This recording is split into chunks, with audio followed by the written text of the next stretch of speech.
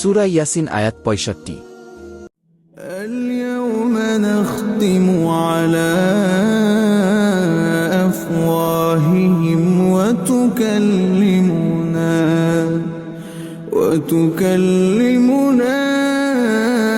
أيديهم وتشهد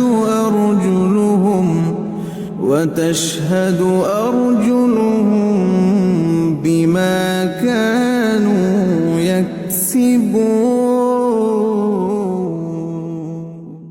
এই আয়াতে আল্লাহ তাআলা বলেছেন, আজ আমি তাদের মুখ বন্ধ করে দেব, আর তাদের হাত আমার সাথে কথা বলবে, তাদের পা সাক্ষ্য দেবে তারা যা করেছিল।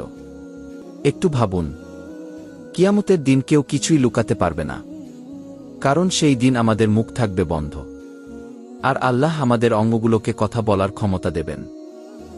তাহলে আমাদের কি করা উচিত? আমাদের উচিত নিজের জিহ্বাকে সংযত করা, চোখকে হেফাজত করা, আর হাত পাকে হারাম কাজ থেকে ফিরিয়ে আনা।